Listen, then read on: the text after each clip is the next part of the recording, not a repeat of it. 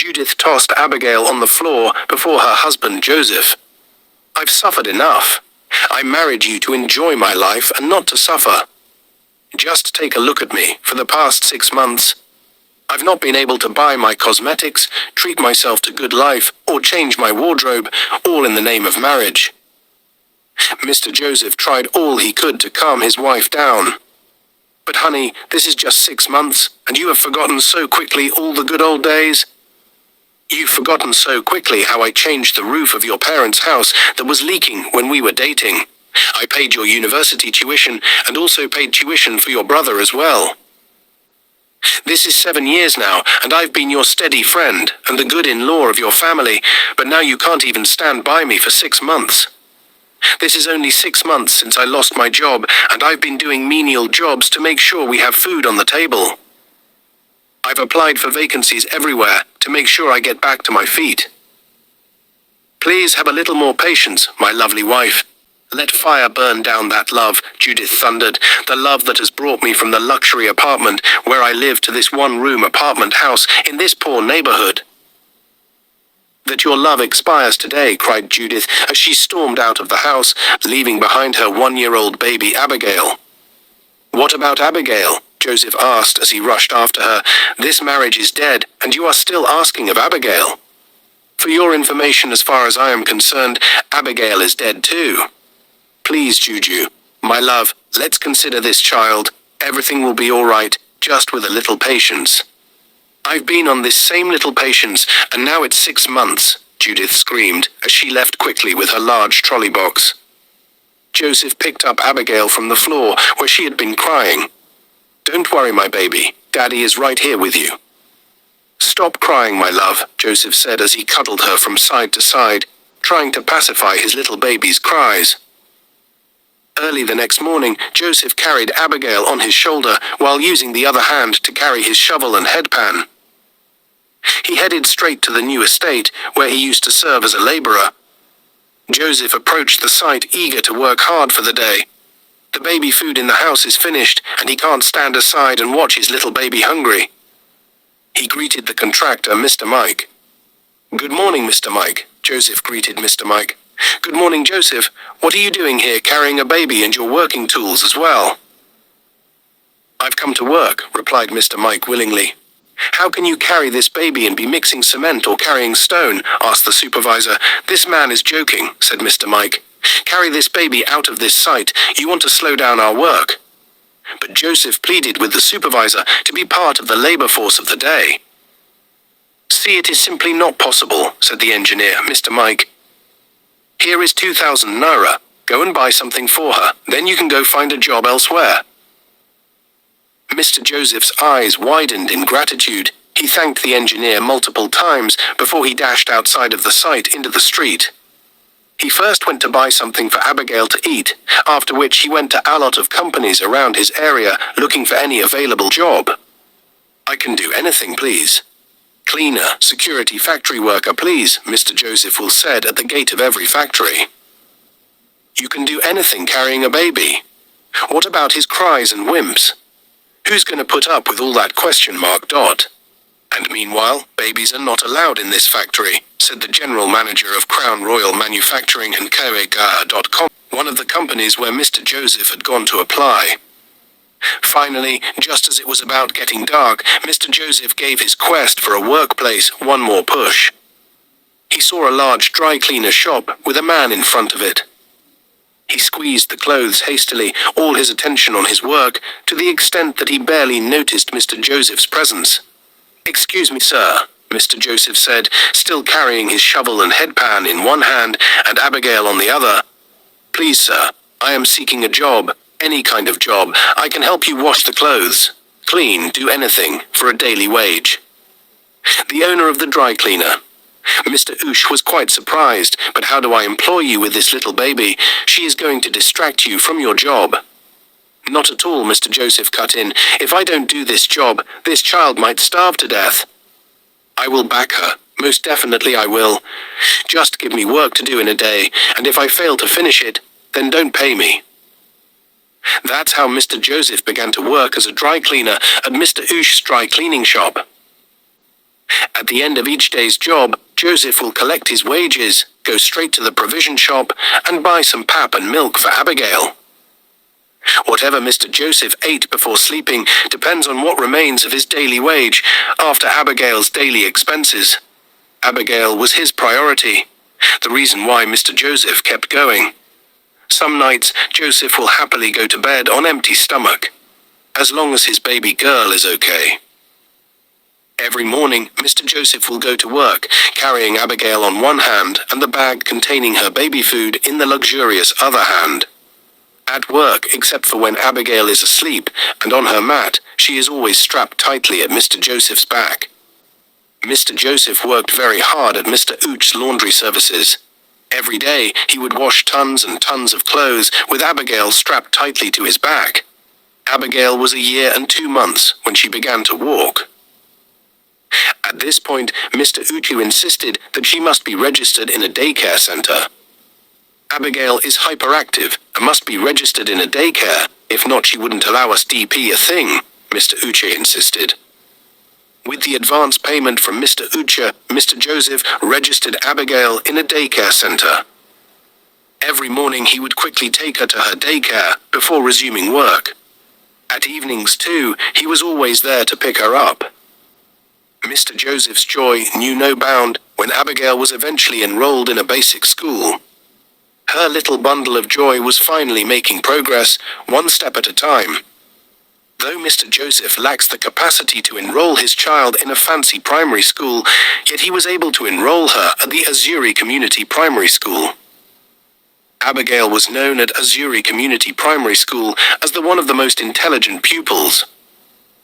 She's always at the top of her class at the end of each term.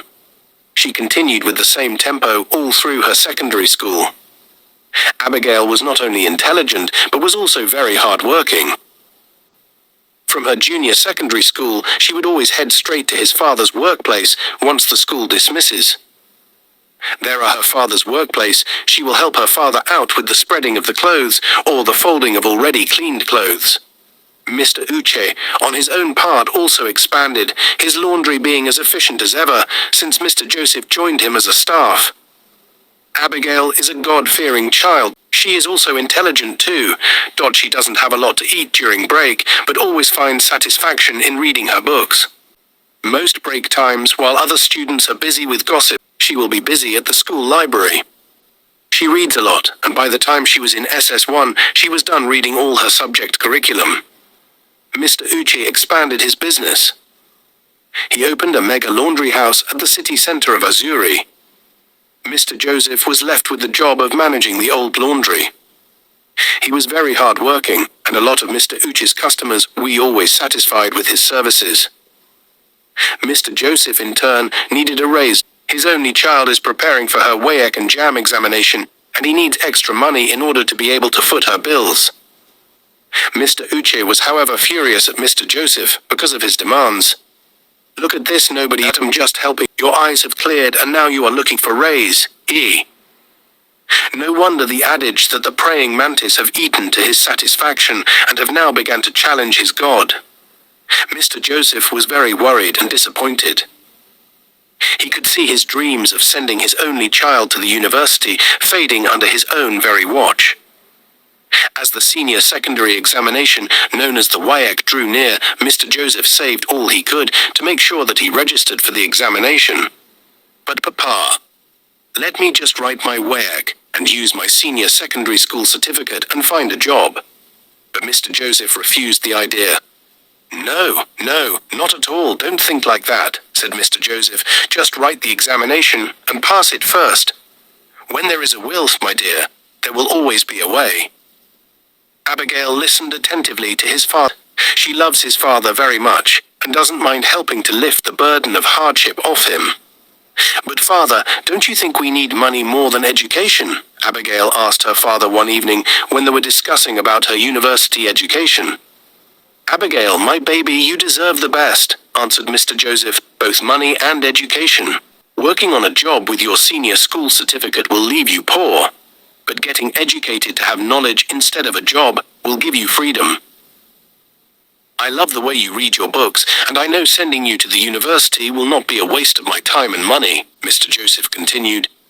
At the joint admission matriculation examination, Abigail scored a total of 365 out of 400. It was the highest score anyone has ever heard of in the entire Audaciously town. Abigail wants to study law, and with her brilliant performance at the matriculation examination, she was just one step away from her dreams. Mr. Joseph was so happy. The State Commissioner of Education came to Audaciously Community School to congratulate Abigail and promised her a state scholarship. Mr. Joseph was simply overjoyed. That exactly is what I told you, he said to Abigail. Have faith.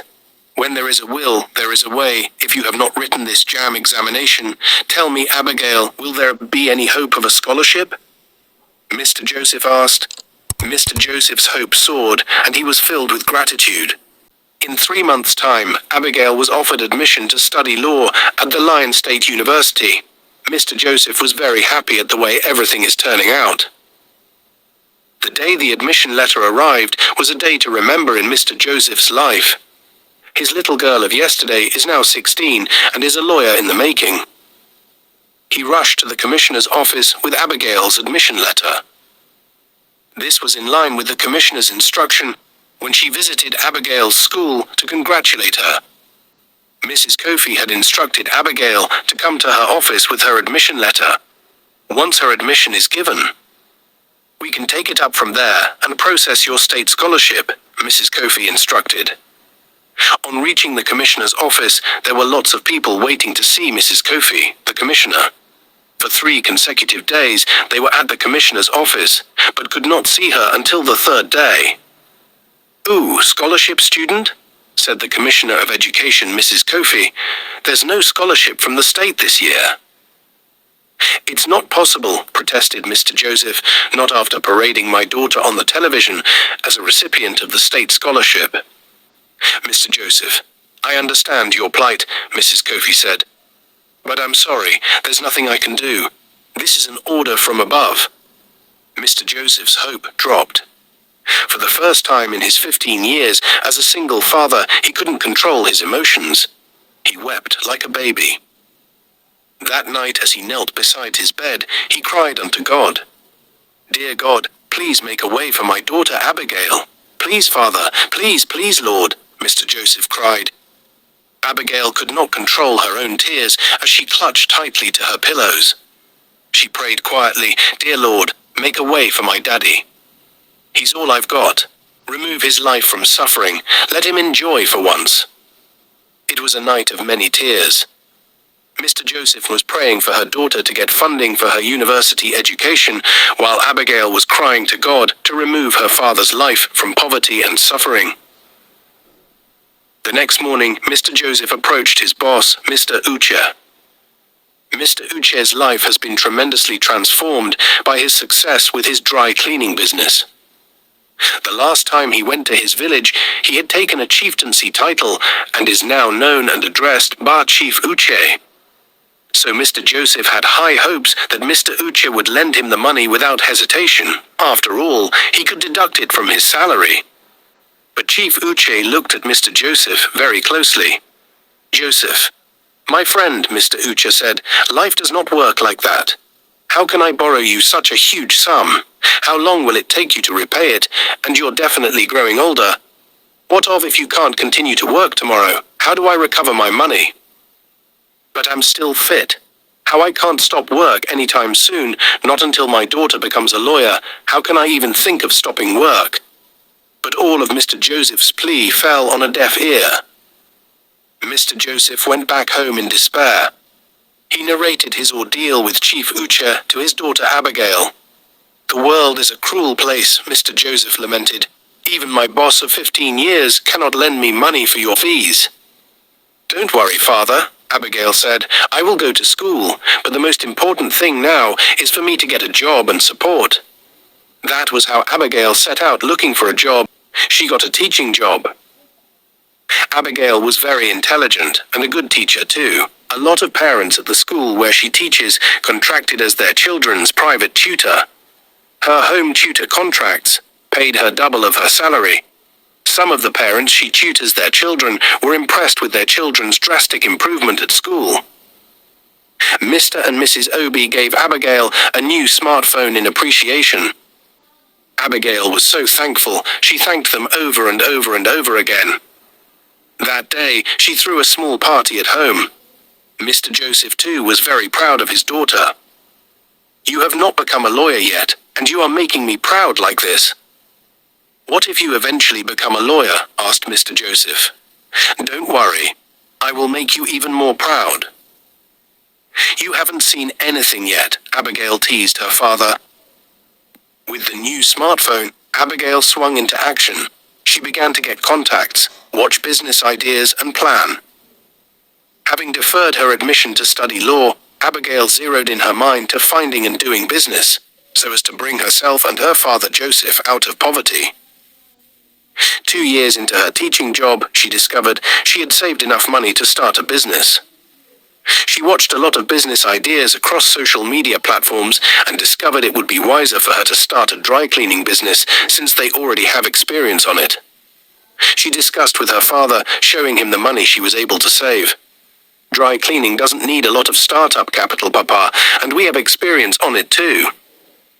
Instead of slaving for Chief Uche, why don't we start our own, since we have a lot of experience in it?" Abigail said.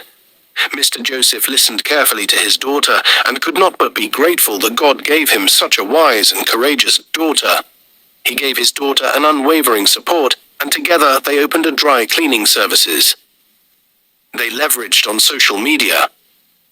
Every weekend she would go to people's house, collect their laundry, and together with her father, they will work tirelessly through the week, bringing the laundry and delivering it to various homes. It was something that no one in the industry was doing in Azuri town, the capital of Azuri state. Mr. Joseph was not only intrigued by his daughter's ideas and courage, but was on ground to fully support her. Abigail's dry cleaning services grew sporadically because of the large number of people she is serving across her social media platforms. In 3 months' time, Abigail Dry Cleaning Services could not hold the laundry of hundreds of families. They moved out of their place, got a mega plaza, and expanded. That was when Chief Uche got a wind of their success. Mr. Joseph, who used to work for you, now has the biggest and most efficient laundry services in the entire state of Azuri. Chief Uche was mad at the new report. He was ready to sue Mr. Joseph to court, accusing him of stealing all his equipment off to start his own laundry services. Mr. Joseph was in their new office, working tirelessly with the new employees in order to meet up with their pile of laundry, when Chief Uche with the police officers to arrest him. That evening, Abigail swung into action, hired some lawyers, and bailed his father from the police custody. Next, Abigail sued Chief Uche to court, bringing her account statement and all the evidence that showed her money was genuine. Having many followers across various social media platforms, she made sure that all their court proceedings were documented and sent across all her social media platforms. 3 weeks later, Chief Uche's lawyers opted for out-of-court settlement, but Abigail was smart enough to say no. Her court proceedings became the most watched story in the state of Azuri.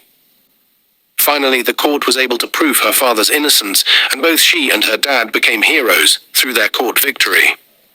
They had a lot of supporters, and this made their customers to skyrocket. Chief Uche, on the other hand, lost almost all his customers as people saw him as a wicked man. Chief Uche was frustrated when his mission of trying to deal with Mr. Joseph backfired on him. This made his business a skeleton of what it used to be. Abigail's laundry services had a lot of support because of the court case. Her customers tripled, and she opened 3 more laundry services as big as the first one in order to accommodate the booming business.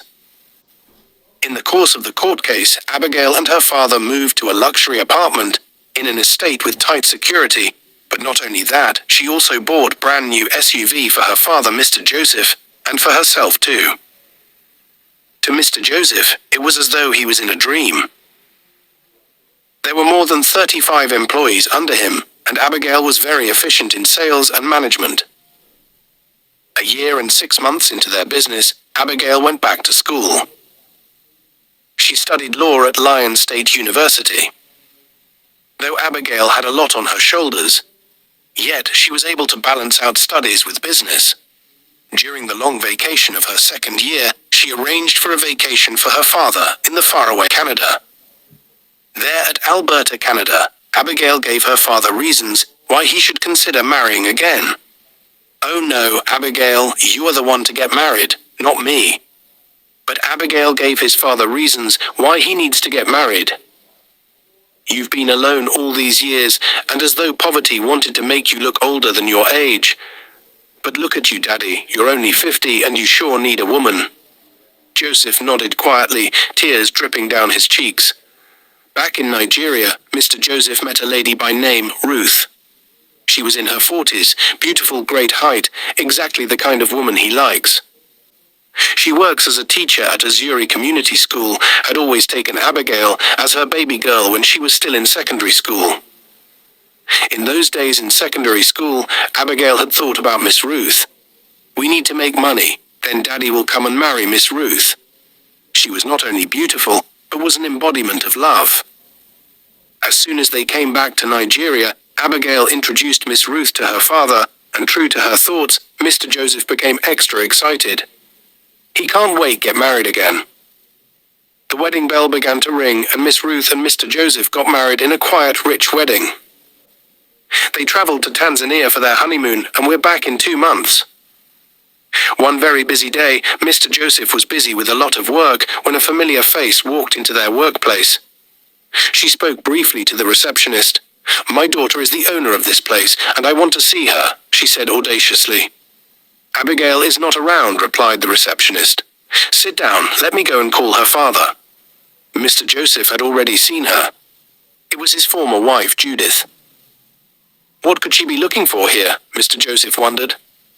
"Judith, what do you want now?" Mr. Joseph asked in a hushed tone as he approached her. "My daughter is the owner of this place," Judith said, "and I want to see her." "You want to see who? I thought Abigail is dead too, just like our marriage." "Oh, I see," Judith said, clapping her 2 hands together. "You want to deny me the fruit of my labor. I carried Abigail for 9 months in this, my womb. Now she's rich, you don't want me to see her. Look here, Judith, a mother's right is earned and not claimed when it is convenient. I will not prevent you from seeing your daughter. Come back in the evening by 4 p.m. if you want to see her." In 3 hours' time, Abigail was back from her lectures. Mr. Joseph showed her all that had transpired in her absence through the CCTV camera. Abigail was furious. What audacity! What impetus! What callousness! Was all Abigail could say as she paced up and down her office. Exactly by 4 p.m., Madam Judith was back again. She walked sagaciously into the reception hall as though she owns it. "Hey, Abigail, my daughter, I just came around to see you." "And who are you?" thundered Abigail. "I am, of course, your mother," Madam Judith replied. "As at my last checks, I do not have a mother, and I don't know you," Abigail said angrily as she pointed Judith to the door, calling on the security to escort her outside the gate. It was then that Judith realized that she had lost her daughter when she abandoned her. However, she wanted her so badly because she was broke to the last coin and needed her money. Judith wrote apology letters every week and sent people to Abigail to beg for forgiveness on her behalf. Abigail finally forgave her mother Judith and gave her what she had come for, money. Hey friends, do you think there's any justifiable reason why a mother will abandon her baby? Do you think Abigail was right in forgiving her mother and even giving her money? Share your thoughts with us on the comment section below and kindly subscribe as we bring you good and educative stories on African classic tales. We deeply appreciate your support and love.